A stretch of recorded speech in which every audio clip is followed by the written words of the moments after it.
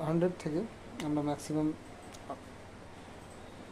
আমাদের maximum 1 crore অবধি আমরা করতে পারি। আমাদের যত লিমিটেড আনলিমিটেড আছে।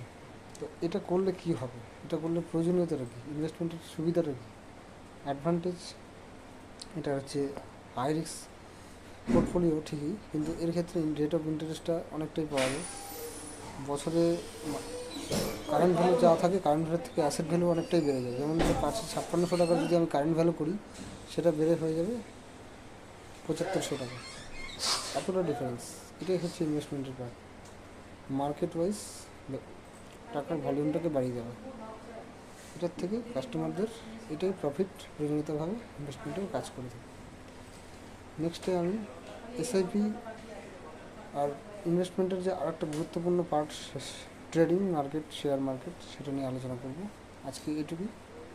টাটা সকলকে।